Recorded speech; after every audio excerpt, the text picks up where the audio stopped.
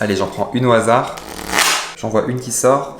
Quelles ont été les étapes de ma vie? Donne un titre à chacune d'entre elles. Et bah je pense que ça tombe pas pour rien, c'est pas au hasard, parce que dans les précédentes vidéos, je t'ai expliqué un peu les étapes de ma vie et de mes galères avec la nourriture.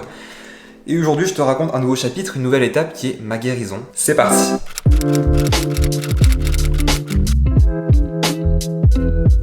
Hello, c'est Raphaël. Merci d'avoir cliqué sur cette vidéo. Cette vidéo qui est une suite, la suite de mon parcours chaotique avec la nourriture et le poids.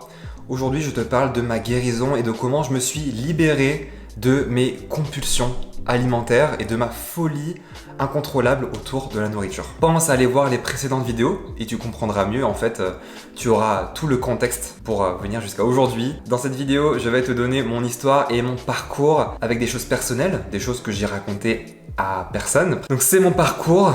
Donc rien n'est à prendre personnellement. Je vais peut-être me permettre de te donner quelques petits conseils, des petits déclics au fil de la vidéo. Mais ici, je ne suis pas là pour te donner une méthode. C'est avant tout mon histoire et mon parcours. En espérant que ça puisse aider au moins une personne.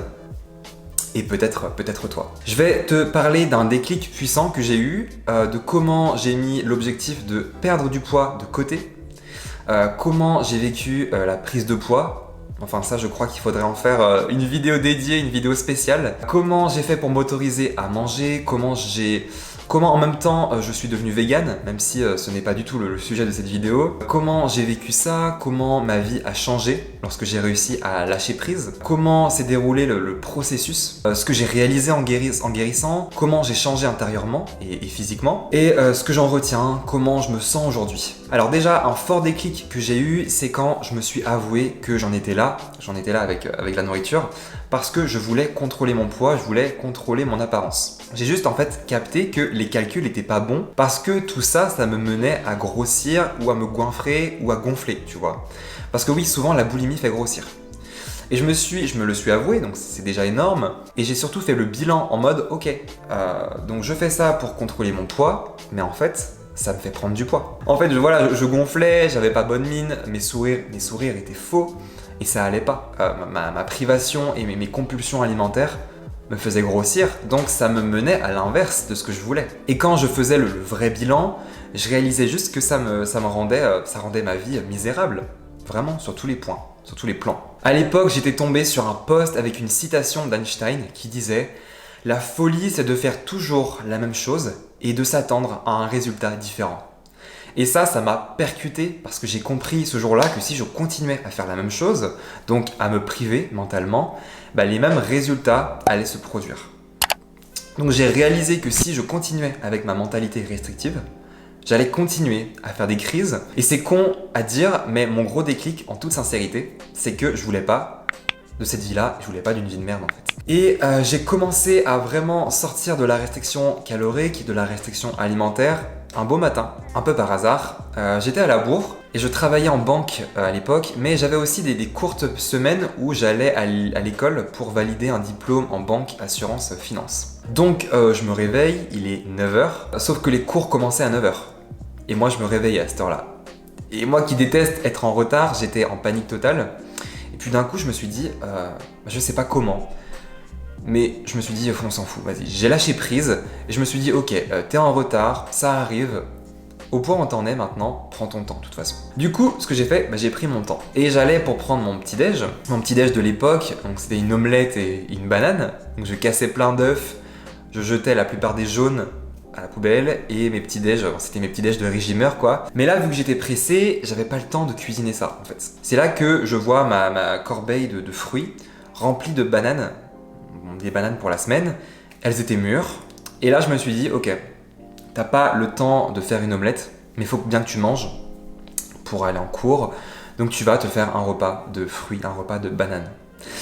Et j'avais été en fait influencé par des youtubeurs frugivores qui mangeaient que des fruits ou plein de fruits. Mais moi, j'osais pas en fait faire comme eux, je doutais trop. J'étais juste observateur avec ma peur de manger et ma peur de grossir. Mais là, j'ai osé ce matin et je me suis juste donné la permission de le faire. Du coup, je me délecte et je me fais un repas de bananes. J'en mange plein. J'avais que ça à manger de toute façon. Et là, c'était pas une crise en fait. C'était pas une crise ou une compulsion parce que je m'étais donné le droit de le faire sans arrière-pensée. Petite pause quand même. Donc ça peut paraître anodin, mais pour le moi de l'époque, c'était vraiment un truc de dingue quoi. Moi qui étais anti-sucre, anti-glucides et anti-tout, manger autant de fructose, c'était vraiment dingue. Donc je me souviens encore de cette matinée, franchement je m'en souviens vraiment. Il faisait super beau, c'était la petite lumière dorée du matin. Et manger autant de fruits, ça m'aurait rendu un peu dingue avant, tu vois. Mais là, en fait, ça m'a carrément apaisé. Du coup, je suis rentré dans un nouvel état, un état second, et je me suis pas dépêché en fait. J'ai pris mon temps pour me préparer parce que j'étais bien. Et voilà, j'avais le ventre rempli. Du coup, je suis parti en cours, vraiment serein. Et sur le chemin, je me sentais trop bien. Je me sentais trop heureux, trop de bonne humeur. Limite, si tu sais, je sautillais, tu vois. Du coup, je suis arrivé en retard, mais franchement, c'est passé crème, ni vu ni connu. Donc voilà, comme quoi. Et je me souviens avoir passé ma meilleure matinée de cours en fait. C'était ma meilleure matinée de cours, je participais, j'étais vif, j'étais présent, je me suis senti vivant, je pensais pas à la nourriture et j'ai pas vu le temps passer. Donc je me souviens, je m'étais dit, ok en fait je veux me sentir comme ça tous les jours. Je veux me sentir comme ça tous les jours. Donc le midi, je suis rentré chez moi pour cuisiner mon déjeuner. Je réalisais que j'avais pas pensé à la nourriture de la matinée et que je m'étais fait un repas sans produits animaux aussi. Un petit déj sans produits animaux. Et là, je me suis dit, ok, ça fait méga longtemps que tu fais des recherches sur le véganisme. T'es convaincu par cette philosophie. Tu t'es fait un repas végé ce matin. Maintenant, enchaîne, tu vois. Fais-toi ton premier déjeuner vegan. Et du coup, j'ai osé. Je l'ai fait. Du riz avec des haricots rouges, je crois, un truc comme ça. Et vraiment en bonne portion. Et encore une fois, ça peut paraître banal, mais pour moi, c'était ouf de faire ça. Alors, je répète, c'est mon parcours. T'as rien à prendre personnellement ici. Je t'explique juste comment je me suis autorisé à manger et comment je suis sorti de la restriction alimentaire. T'as pas besoin d'être vegan pour t'en sortir, hein, ni quoi que ce soit. Je te rassure. En fait, je m'étais énormément éduqué sur le végétarisme, sur le véganisme, mais j'osais pas me lancer parce que j'avais peur de manger. J'avais peur d'introduire des féculents, j'avais peur d'introduire des fruits, j'avais peur de manquer de protéines. Et en fait, ça me montait à la tête et ça me bouffait le cerveau. Et en fait, c'est intéressant parce qu'on pense souvent qu'on se lance dans le véganisme par restriction, pour se priver, pour manger moins. Mais moi, c'était complètement l'inverse dans ma tête. C'est la restriction qui m'empêchait d'être vegan en fait. Et puis pareil pour le dîner, je me suis fait un dîner végétalien avec des féculents et assez de calories en fait. Sans me poser de questions. J'étais dans ma lancée, j'étais un peu sous l'euphorie d'avoir enfreint mes règles, mais depuis ce jour-là, j'ai pu manger selon mes convictions, manger vegan. Et ça, pour le coup, je suis pas retourné en arrière depuis. Bon, ce n'était que le début de la guérison, hein. Tout s'est pas résolu comme ça et ça s'est pas résolu rapidement. Je suis assez vite revenu par des phases de mentalité restrictive, tout en restant vegan. Donc voilà, autant te dire que c'était pas facile à mes départs. Je revenais vite me réfugier souvent dans la restriction et la privation. Du coup, voilà, les compulsions alimentaires revenaient de temps en temps. Mais disons que c'était déjà beaucoup moins trash. J'avais déjà passé un cap, mais mes petits démons me rattrapaient souvent. Donc un jour, j'ai vraiment tapé du poing sur la table et en fait, j'ai réalisé que les jours où je mangeais plus de féculents, plus de calories, mes compulsions étaient beaucoup plus rares en fait. Quand je mangeais assez, j'étais plus énergique et de meilleure humeur. Là, je me suis dit que c'était en fait ma porte de sortie. C'était ma porte de sortie. Je devais saisir ma chance et me lancer. Je devais oser manger.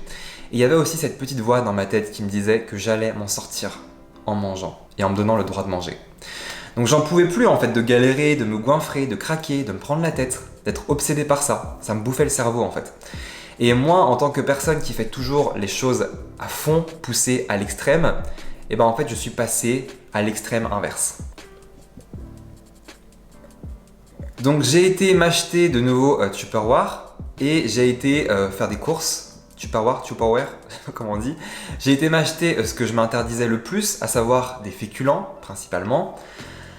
Je dis nouveau Tupperware parce que mes anciennes lunchbox étaient toutes petites, hein, tu sais, avec les 3 compartiments, riz, brocoli, poulet ou tofu. Et là, en fait, j'ai acheté des Tupperware, mais vraiment à la limite de la taille d'une caisse à outils, quoi. Grosse lunchbox. Je crevais la dalle depuis trop d'années, donc je me suis dit, je vais me faire des grands repas de féculents et manger jusqu'à ce que je sois vraiment calé, quoi. Donc comment vous dire qu'à ce stade-là, mon envie de perdre du poids, je l'ai mise en dernier dans mes priorités. Avant, c'était ma priorité number one. Là, elle est passée en numéro 9 ou 10, quoi. Donc tout ce que je voulais, c'était me sentir bien, changer de vie et me libérer. Et je me suis dit, tu vas devenir énorme, et puis c'est pas grave. Tu vas devenir obèse, tu vas exploser, mais c'est pas grave. J'en avais plus rien à foutre. En fait, j'étais tellement au fond du fond que voilà. Bon, là, j'étais encore dans la fausse croyance que manger faisait grossir, donc forcément, c'est les pensées qui me traversaient, mais je vous le dis en toute transparence. Et bizarrement, au début, j'ai pas pris beaucoup de poids. Enfin, je sais pas, en fait, vu que j'ai totalement arrêté de me peser. Du moins, sur moi, je crois que ça se voyait pas trop. Je crois pas. Et pour ce qui est de la prise de poids, je pense vraiment en faire une vidéo à part. Pour le coup, parce que au final, ce n'est qu'un détail de ma guérison, même si c'est une étape indispensable et que ça a duré. Mais en fait, j'ai pas envie d'axer cette vidéo là-dessus. Cependant, j'ai plein de choses à dire là-dessus. Donc si tu veux une vidéo spéciale sur la prise et la perte de poids, dis-le dans les commentaires, on pourra en discuter. En tout cas, voilà, j'ai arrêté d'aller au self avec mes collègues parce qu'on nous servait pas assez à manger là-bas. Franchement, c'était pas assez pour moi vu mon appétit énorme de l'époque. J'avais envie d'être seul, j'avais envie de me recentrer à fond. Et je me souviens, c'était super mal vu de pas manger au restaurant d'entreprise. Du coup, j'avais trouvé une excuse bidon pour m'échapper. Du coup, je partais tous les midis manger sur le parking d'un skatepark. Et là, en fait, je vivais mes meilleurs moments de vie, quoi. J'étais seul, je mangeais mon lunch dans ma caisse à outils, là. Et juste, en fait, j'étais bien. C'était les beaux jours qui arrivaient, il faisait beau, et en fait, je savourais. Parce que je me donnais enfin le droit de manger. Et ça faisait trop longtemps que je pensais que j'avais pas le droit de manger. Donc je me sentais super vivant, super bien, je me sentais super présent en fait, j'avais besoin de rien d'autre. Et à cette époque, j'étais super paumé, hein. Aucune idée de ce que j'allais faire dans ma vie, parce que j'aimais pas du tout mon travail, je voyais aucun avenir professionnel, aucun avenir. Mais franchement, ce genre de moment en solitaire, au soleil, où je mangeais beaucoup, dans un skatepark, bah, ça me redonnait une lueur d'espoir, ça me redonnait une étincelle, tu sais. Et je retournais au travail après ma pause, et j'étais bien en fait. Beaucoup moins déprimé, beaucoup plus vivant. Si tu as vu mes précédentes vidéos, tu te souviens que ça n'allait pas du tout au travail. Mon directeur d'agence m'a dit que j'étais une erreur de casting, puis on va pas se mentir, commercialement, je faisais pas l'affaire, très clairement. J'atteignais pas mes objectifs commerciaux. Et ben, figure-toi que j'ai commencé par atteindre tous mes objectifs. J'ai cartonné. J'ai commencé par tout atteindre mes objectifs, par cartonner. J'ai commencé par être davantage respecté. J'apportais de la valeur à l'entreprise, soudainement. Je commençais à être mieux dans mes baskets. J'osais proposer, j'osais vendre, je vendais. Avec les clients, ça allait super bien. Et en fait, il n'y a rien de magique à tout ça. C'est tout simple à comprendre, hein. J'avais juste enfin l'énergie d'atteindre mes objectifs. Parce que la boulimie, l'obsession, la restriction, etc., ça ne volait plus toute mon énergie. Ça ne volait plus mon énergie. Donc j'avais enfin l'énergie, j'avais de l'énergie à revendre en fait. Je gardais mon énergie pour moi et pour mon corps. Donc mon énergie n'allait plus dans toutes ces conneries de privation mentale. Je me sentais beaucoup moins centré sur mes petits problèmes personnels en fait. Ça m'a mis du temps avant de capter que j'avais plus de compulsion. Je réalisais même pas que ma vie tournait plus autour de la nourriture. J'ai mis du temps à réaliser que je pensais beaucoup moins à la nourriture, que ma vie ne tournait plus autour de ça. Et ça m'a pris du temps d'avoir de la gratitude et de réaliser que ma vie était déjà plus facile, plus libre et plus calme en fait, plus paisible. Donc non seulement je mangeais des portions dignes de ce nom pour le coup, je mangeais sainement, mais surtout je m'autorisais mentalement à manger. Disons que j'y réfléchissais pas deux fois en fait quand je mangeais. Et ça c'est le truc que 90% des mangeurs compulsifs ne font pas, ou du moins ne font pas entièrement, c'est s'autoriser à le faire, s'autoriser à manger. Le vrai truc c'est que je m'étais engagé à mettre la perte de poids de côté. Et ça c'est vraiment la clé pour réussir, mais ça personne ne veut l'entendre. Le temps avance et en fait je débordais d'énergie pour avancer dans la vie. Par contre ce que je faisais, mon travail, mes études, etc., ça n'avait plus aucun sens. J'ai eu l'envie d'aider les autres, soudainement. J'ai eu envie de découvrir autre chose, de sortir de mon terrier. J'ai eu envie de voyager, mais genre pas une petite envie au fond de ma tête, hein. C'était vraiment une envie brûlante de voyager. Pas voyager pour fuir, vraiment voyager pour vivre et pour élargir mon univers. Comme si je commençais à réaliser que j'avais gaspillé une partie de mon existence et que j'avais trop de choses à rattraper en fait. J'étais jamais vraiment sorti de ma petite campagne bretonne, j'avais pas de passeport, je savais même pas comment faire pour voyager en fait, voilà. Mais en fait, je voulais faire de l'humanitaire, je voulais être utile, et finalement je l'ai fait. J'avais l'énergie pour, donc je suis parti en mode sac à dos, en mode hyper minimaliste avec une amie en Inde. Quelques jours après que mon contrat en banque soit terminé, j'étais dans l'avion pour Delhi. Donc entre-temps, je me suis fait un passeport, un visa, etc. Et en fait, je te raconte ça pour te montrer à quel point ma vie a démarré quand j'ai guéri de ce merdier, de la restriction mentale. Je me suis senti mais incroyablement libre. Et c'est pour ça que je vais pas te parler de la prise de poids ici parce que c'est minime par rapport à la liberté et la paix intérieure à laquelle j'ai accédé. D'ailleurs, voyager en Inde en étant dans la restriction, dans l'hyper-contrôle mental, dans la prise de tête alimentaire et la boulimie, ça aurait été l'enfer. Ça aurait gâché le voyage. Donc heureusement que j'avais assez d'énergie pour surmonter le trip en sac à dos. Et j'ai passé un mois incroyable en Inde, un voyage de ouf qui m'avait pas coûté cher et qui a vraiment élargi mon univers, qui m'a fait réaliser que j'étais vraiment sur le bon chemin de la guérison des troubles du comportement alimentaire. Pendant le voyage, on commençait un peu à voir que je prenais du poids. Mon visage, mon cou, mes hanches, etc. J'étais gonflé, un peu rempli d'eau, je dirais. Avec du recul, je vois plutôt ça comme une grossesse en fait. Genre j'avais pas de bébé, mais c'est le vrai moi qui est né en fait. Donc en rentrant en France, c'était impossible pour moi de retrouver mon quotidien d'avant. C'était impossible. Donc je me voyais mais absolument pas postuler pour un CDI en agence bancaire. C'était impossible. Du coup, je me suis mis au chômage et j'avais un bon chômage. Donc j'en ai profité pour me focaliser sur moi et sur ma guérison. C'était vraiment un me-time, tu vois, de l'extrême. Donc une période de ma vie uniquement centrée sur moi. Donc j'ai commencé à m'intéresser à l'entrepreneuriat, aussi au développement personnel. Je sais, ça fait un peu bateau et déjà vu, déjà entendu, mais c'est ma réalité. Et j'ai eu le courage de quitter mon ex aussi, l'une des choses les plus dures que j'ai eu à faire. J'ai fait mon coming out, enfin bref, plein de rencontres, plein de trucs comme ça. Donc voilà, tu imagines bien, c'était vraiment genre le Big Bang, genre la débandade. Donc tu vois, on est sur un changement de vie radical. Et il en fallait une sacrée paire quand même pour oser faire tout ça. Du moins, il fallait beaucoup d'énergie pour assumer toutes ces nouvelles responsabilités. Et les troubles du comportement alimentaire nous volent notre énergie. Donc avec mon ancienne mentalité restrictive, mécaniquement, ça aurait été impossible, vraiment. Donc je pense que c'est ça qui nous empêche de sortir des TCA, c'est la profonde peur de vivre en fait.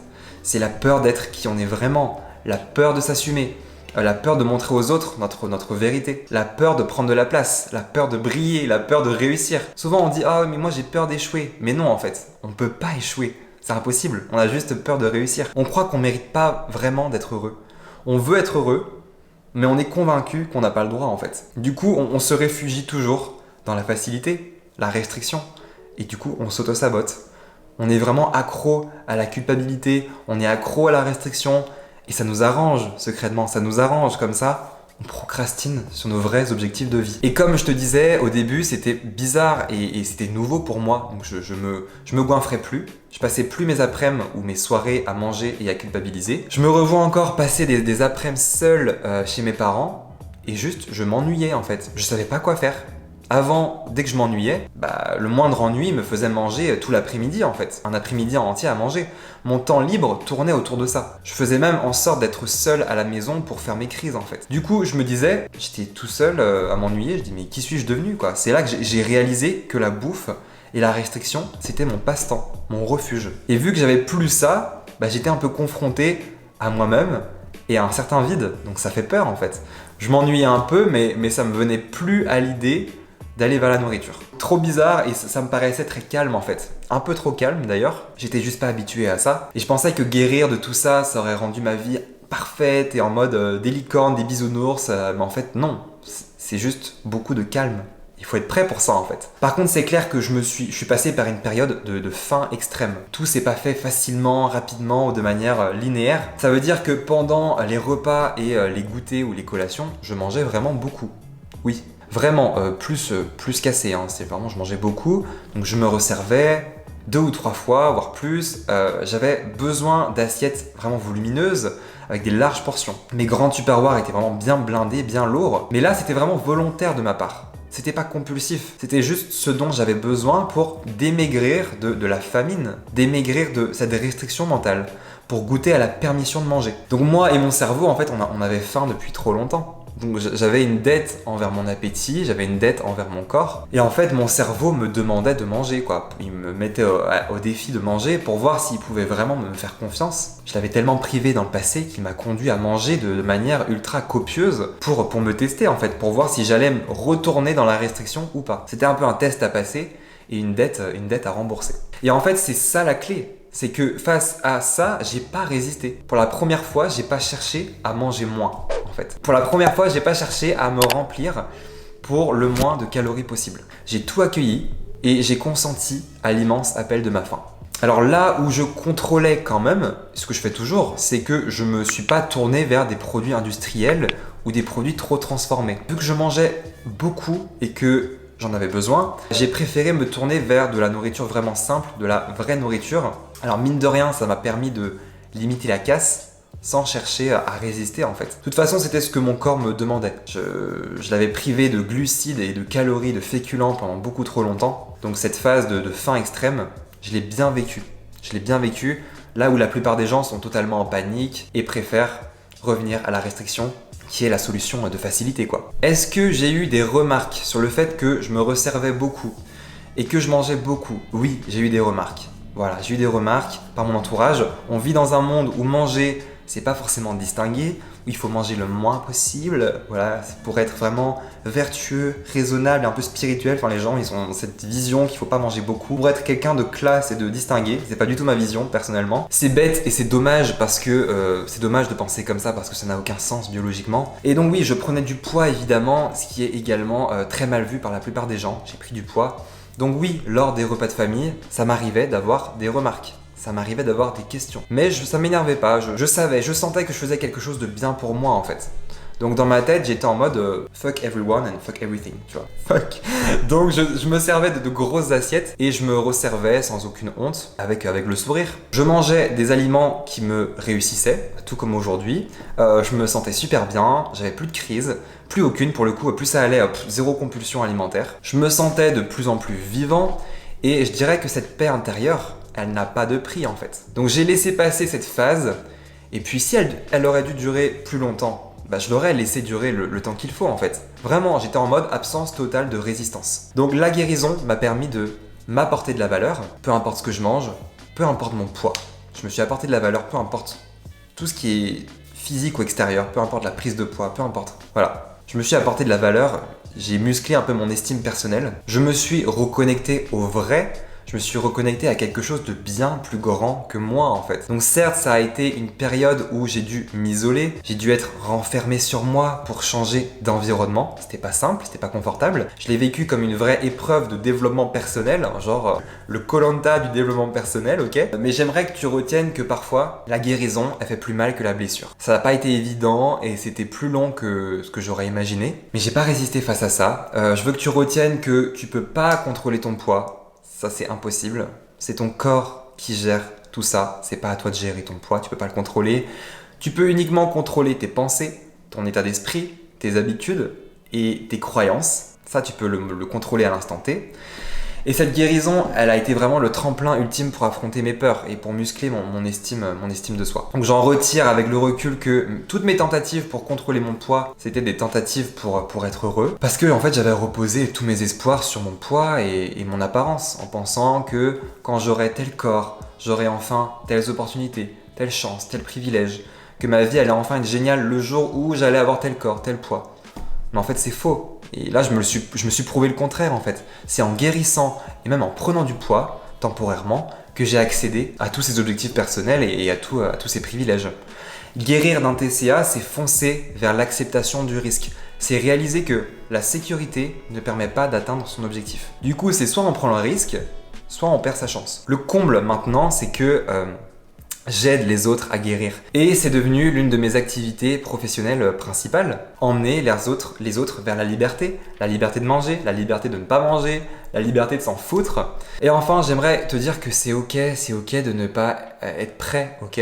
C'est triste parce que ça témoigne une profonde peur de vivre, mais c'est totalement ok de ne pas être prêt ou prête. En tout cas, je sais que moi, je n'accompagne que les personnes qui sont prête. Je sais que mes programmes d'accompagnement ne sont pas faits pour tout le monde. Mon accompagnement n'est pas fait pour tout le monde. Ça demande un certain niveau de conscience. Et moi aussi, j'avais ma période où j'étais pas prêt à changer ou à être aidé. Donc c'est pas une course, c'est pas une compétition, c'est surtout pas une performance, et aussi ça demande quand même beaucoup de courage, du moins au début. Donc avec du recul, tous mes élèves réalisent que c'est pour être libre toute la vie, donc ça vaut le coup.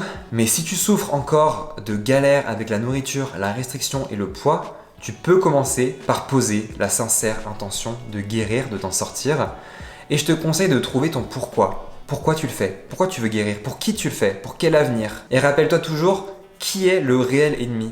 Qui est le vrai ennemi en fait? C'est pas toi l'ennemi, c'est pas ton poids, c'est pas la prise de poids, c'est toujours la mentalité restrictive. Le réel ennemi, c'est le mindset qui te programme sur la privation et la restriction. Les vraies barrières à détruire, elles sont à l'intérieur, pas à l'extérieur. Toujours se rappeler du vrai ennemi. J'espère que cette vidéo a pu t'éclairer et te faire réagir émotionnellement. N'hésite pas à m'écrire dans les commentaires ce que tu ressens, ce que tu en penses. Dis-moi où tu en es actuellement avec la nourriture. Sincèrement, ça m'intéresse. Si toi tu me regardes et qu'actuellement tu galères encore avec la restriction, la nourriture et le poids, tu n'es pas seul, tu es au bon endroit et je t'invite à télécharger gratuitement mon kit de secours du mangeur compulsif. C'est un guide numérique qui, étape par étape, t'accompagne avec des déclics, des explications. Il se lit très bien, très facilement, très rapidement. N'hésite pas à laisser des pouces bleus sur cette vidéo, à t'abonner à cette chaîne YouTube et à aller voir mes autres vidéos où je fais des ateliers autour des troubles du comportement alimentaire pour t'aider, où je te montre aussi ce que je mange, comment ça se passe dans la tête et dans l'assiette d'un mangeur sain, d'un mangeur normal, quelqu'un qui a fait la paix avec la nourriture.